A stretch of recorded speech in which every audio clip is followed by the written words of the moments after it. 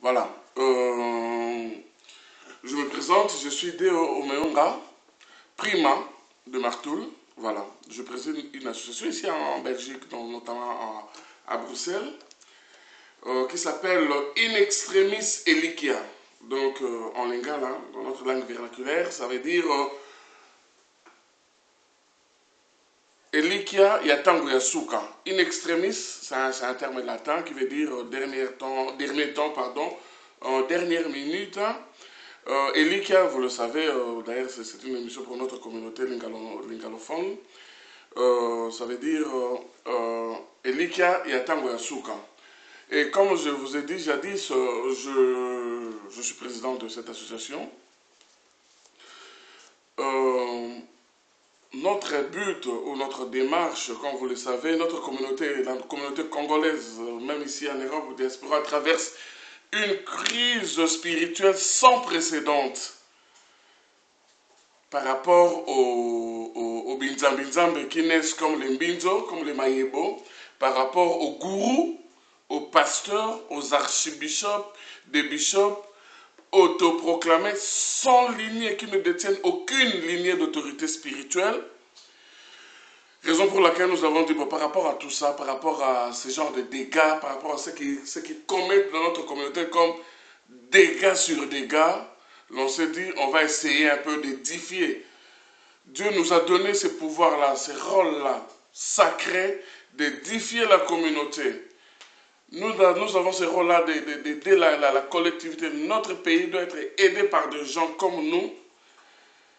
Et voilà, nous voulons prendre les choses à la main. On a déjà, notre association a débuté il y a quand même quelques années, depuis 1997. Donc, on vient de fêter d'ailleurs le 7e anniversaire, c'était à Bruxelles.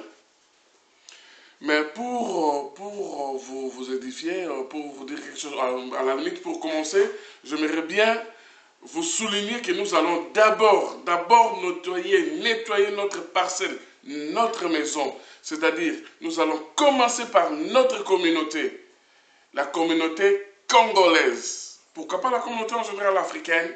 Donc, humblement, je vais vous demander que cette fois-ci, nous parlions un peu en lingala, et ainsi de suite, que notre communauté, nos frères et sœurs, surtout beaucoup plus les mamans, commencent à comprendre doucement en lingala, et à la langue, nous allons utiliser toutes les langues que vous voudrez bien. Et voilà, je vous remercie. Comme on en a deux, comme je vous avais dit, je répète avec force. Parce que communauté na biso oyo ezali awa na Europe, notamment na Belgique, ezali fatigué. Tout ça tellement embourbé, tellement choqué na ba dégâts oyo ba frère na biso, ba ndeko na biso, bana ya tata na biso, bana ya mama na biso, ba propre frère na biso, ba congolais oyo ba ye na poto awa, ba importer buzoba oyo ezalaki na Congo ba memi na poto awa, tout en étant autoproclamé, misusu bishop, misusu archibishop, misusu ba pasteur, ba prophète, ba prophétesse, nanani, nanani. Et après une étude très profonde là-dessus, tu as remarqué que tu as 96% des faux pasteurs congolais ici en Europe. En général, hein. Alors en Belgique, tu as 94% de faux pasteurs. Bah, un de Dieu est le Kouta. Oyo, prochainement, tu as comme na bango. Lelo ezali étape ya liboso, yami balé, étape ya liboso évidemment. Pour na kotia banda démarche na YouTube évidemment pour na mokili mobiba. Mais toko limbolela bino mbala ya sima ba dégâts moko. Toko banda liboso na pasteur oyo babengi na Belgique awa Philippe azotia lisusu kombo ya Philippe Movotote parce que je me permets de le dire, c'est mon frère. Je n'ai rien contre lui, mais je suis contre ses dégâts. Philippe Movoto, là c'est un nom d'emprunt. Azongisi a comme Philippe, n'a pas affiche comme on a Philippe, et pourtant nous gardons encore des affiches sur Philippe Movoto. Histoire na ye, Pour na bino moko juger, parce que nous devons même juger le saint. La Bible nous l'autorise. On va juger même le saint. Ngai, lelo na kobeta tolo teke, na telemi na pasteur songolo tote pakala. Mais nazali ko telemi na misala na bango mabe. Bazali na rôle ya munene ya kopangusa ba mama na ba papa, évidemment ba communauté na biso maya misu tozali ko souffrir. Or bango nde baza ko ya susu na fimbo, baza ko ya susu na ekuluzu ya kiloko memisa biso. Na ba genre ya makambo baza ko sala dislocation ya ba mabala batu. Ba connerie lokola escroquerie, séquestration ya biloko batu. Et ça tellement pléthore to limbolela bino mbala ya ciment. Na monaki na YouTube, na DVD moko balakisi Philippe Koti amibengi père de nation. Quelle nation, Philippe Movoto? S'il vous plaît, mon frère, quelle nation? Nation yabana nzambo bien nation diabolique. Et pourtant Ozali encerclé tout autour na yo que ba ennemi, ba dégâts ba mbongo ya bato sur au kosi ba fausse prophétie. Et ça tellement ébélé mbala sima tokotia tokotande yango nyonso tout parce que qui n'aime pas ne punit pas, qui aime bien châtie bien. Tozali na besoin ba pasteur oyo solo oyo bazali ko détenir lignée d'autorité spirituelle batikala na biso pona basunga biso, basunga bana na biso, basunga papa na biso, basunga ba mama na biso na démarche oyo bazali ko sala botu moyo kolala na mabele kotia mabolongo na se pona koluka elongi ya masia. Yo omibengi prophète des nations Philippe, s'il vous plaît, mon frère. Tolembisama moke singa. Oyo bozolelisa ezali kaka bana ya tata na bino, oyo bozolelisa ezali kaka bana ya mama na bino. Tokobanda prochainement na ba dégâts ya Philippe. Après tokokende na dégâts ya pasteur Mwamba. Pasteur Mwamba oyo bino boyebi a travailler na Diego, oyo asalaka ba dégâts abimaki na basi presque etonga mobimba na verse. Tokotia buzoba na ye na makambo oyo tokosa na ba plaque ya voiture na ende bakangaki yango na ndako ya makango na ye pasteur wana Mwamba kimi ya koma kovanda na Mons Mwamba Ibrahim wana tokotia Abraham soki ndenge nini tokotia biloko na ye nyonso sur YouTube. C'est notre frère. Pona soki aza vraiment na besoin ya kolelisa alelisa ta mindele à la limite moi je me permets mondele pas ça mutu lokola biso aza mwana na nzambe mondele mais soki ata quelque part tozolelisa mindele bon nakibomo toza mabe poza lisumu me tokokoloba ta dette coloniale tokokimata koti wana mais bozolelisa kaka bacongolais na bacongolaise oyo bazoya mpa na bino soi-disant baza koensemble boza kopesa bango bozotransmettre bango nini Mwamba tokotanda bozoba na yo mbele mbala mosusu okobongola motema ndenge oza na minute ko okobongola makolo bobongola makolo bomibengi bapasteur obandaki nde bar ozoki esu bar tosimbi bible olobi oza pasteur bobongoli makolo me tokoyede bino malembe bobongola mitema et puis bon limiter les dégâts dans la communauté où ils ont souffrir. La communauté souffre beaucoup. Ce qui est ici dans Mwamba, tu as Diego associé na cadre toujours on a escroquerie na bango. To longwa to kene sous aventurier pasteur sous ponga benga bango to soi-disant pasteur Omba Jérémie Loanga. Ah non, pardon, Omba Jean-Jacques. Pasteur Wana Otara Bethel, Awa, tout ça n'a pas dégâts, c'est un aventurier. Je le dis hautement, Azali, pasteur Azali, Mosali Nanzambe, désolé.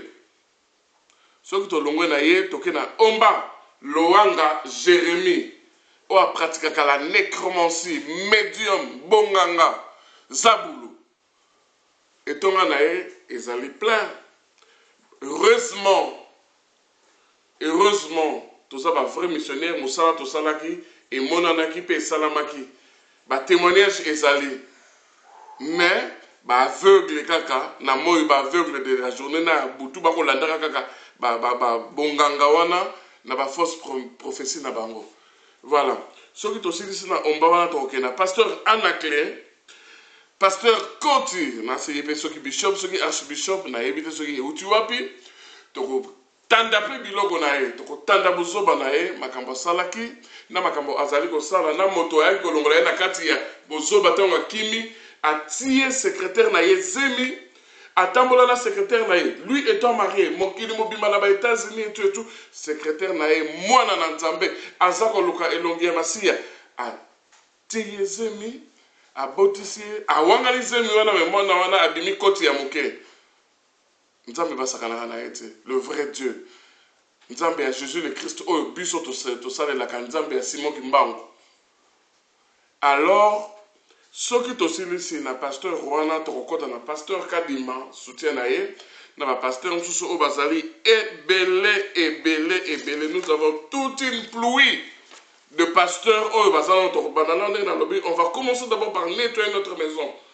Bapasteur ya Belgique nyonso tu tokotanda misala na bango ndenge Bible elobi na Matthieu. Bozwa misala na bango, mettez-le à l'épreuve. Bozwa misala na bango, bote yango libukolo na mesa tango boko bonde la kati na bosolo. Bongo bokoyeba à partir ya misala na bango, soki bazali ya ngai to ya kawa na mususu. Ba pasteur rebelle ya malamu pe bazali. Na lobi a to na 94%.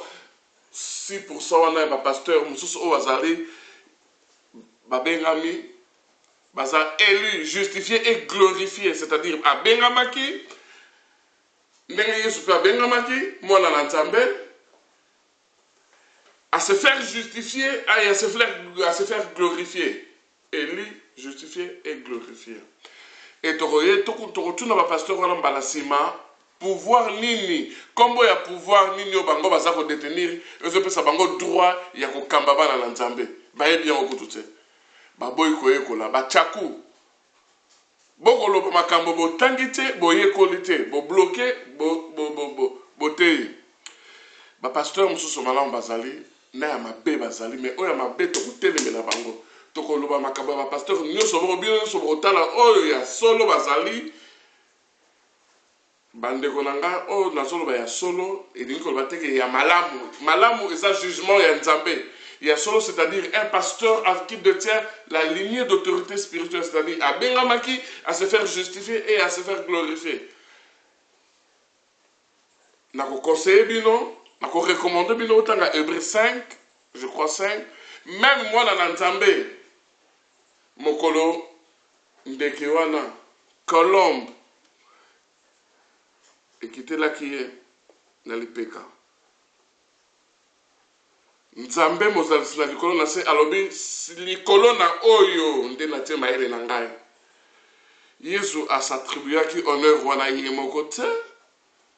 Je suis désolé bolingi kotanga te et ba mama na biso bokolanda aveuglement bato wana ba guru wana tokobetela bino masolo ya Epaphrase tokobetela bino masolo ya pasteur Mutebele, pasteur Ngoyi Ngeleka, abbé Kalamba, pasteur Ngach, pasteur Okeke, Mukendi Jacques, Jojo Ezaou, si c'est Jojo Ezaou,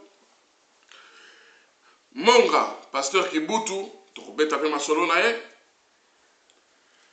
pasteur Bobo, tokobeta masolo na ye, Afumbe, tokobeta masolo na ye, pasteur Onya, que moi je respecte et j'aime bien, tokobeta pe masolo na ye, Arma Genda, tokobeta pe masolo na ye, pasteur Kondi, tokobeta pe masolo na ye, pasteur Jacques, tokobeta masolo, un ami à moi encore, un bon, je crois, bon,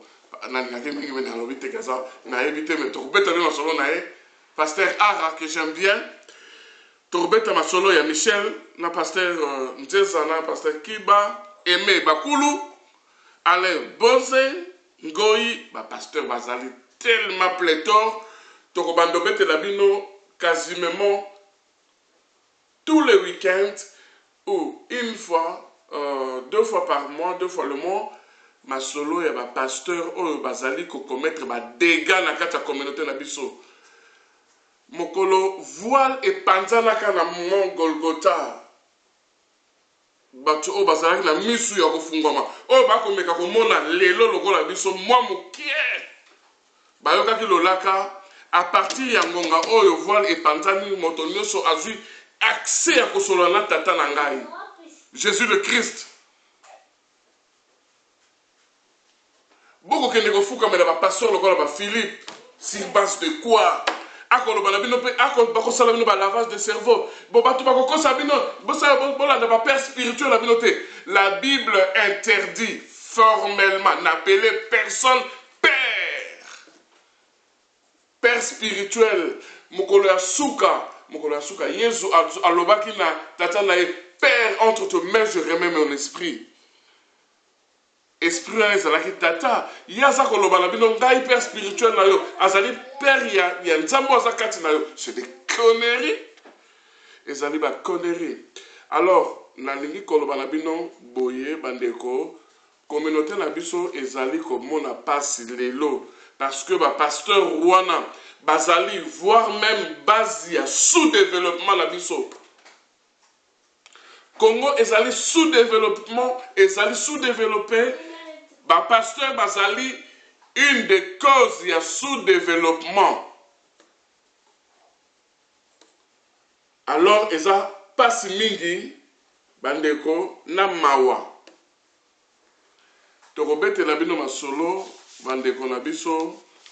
Malembe boyeba kotanga, boyeba koyoka pe boyeba kososola. Je vous dis et je vous souligne, pasteur mokote bobengaye papa, pasteur mokote bofukamelaye ezali interdit. Je suivais d'ailleurs il y a pas longtemps pasteur Chora, que je respecte aussi beaucoup en France, azako telemela misala wana oyo biso to telemela jadis. Il y a toute une pluie de gens.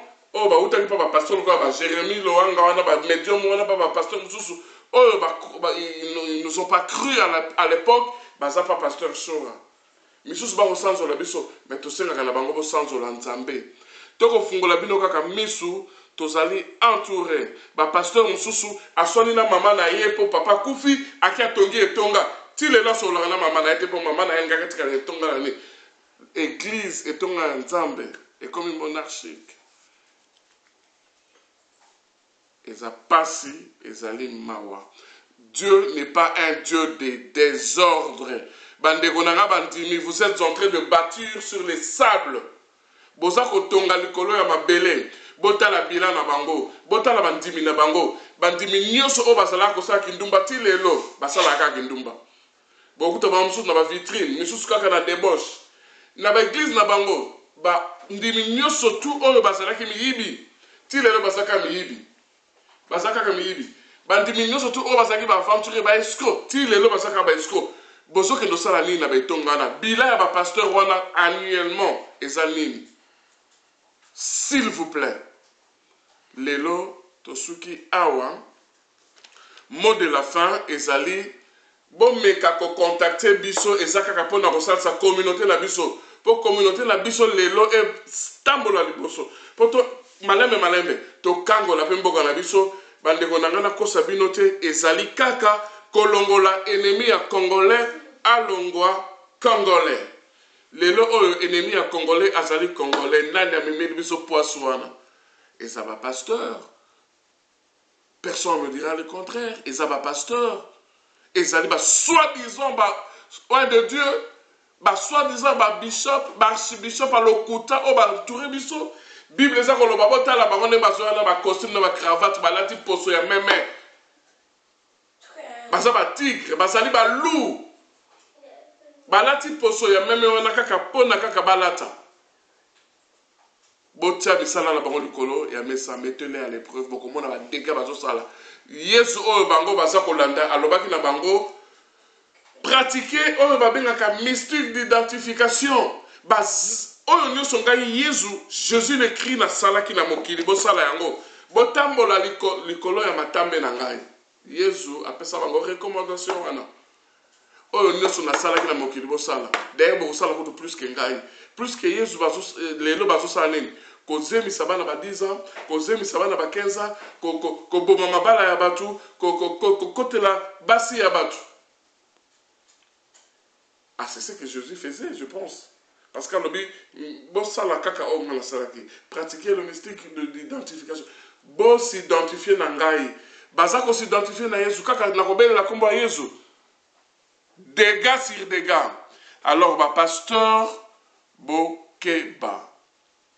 Lelo oyo, communauté na biso, ezali komona pasi, Tout simplement parce que ennemi ya congolais azali lelo congolais. Et pour to kango na mboka na biso, pour to tambo na bosolo, pour ata un jour le sambo na biso ezala le sambo oyo ekolumba solo na pimbo, ezali kaka mokolo oyo ennemi ya congolais akolunga congolais. Alors, je vais donner notre adresse email, je vais donner notre site, numéro na biso zonga zonga ya téléphone, bon contacter biso bandimi, surtout au besoin na Belgique. Bon même la biso ba dégâts, il y a ba pasteur ba sabino toyebi que bozo lela. Toyebi que basa ko leli sabino butu moyi, ba pasteur wana to ko senga na bango malembe batika ko leli sabino. Salité na bango erobima. Mbele to ko tika ta na mi balemi satu ya malamu. Ce que tu aussi na Belgique, tu es en France. Ce que tu aussi en France, tu es en Londres. Bah, dégâts et les qui sont au fond de l'ordinateur, au Kima. On peut parler toute une semaine sans arrêt. Beaucoup de monde a dégâts sur dégâts, bah, pasteur. Alors, mot de la fin, on a l'obaki. Toko meka kotia bango à l'épreuve. Na ko recommander bino botanga Matthieu 7:15.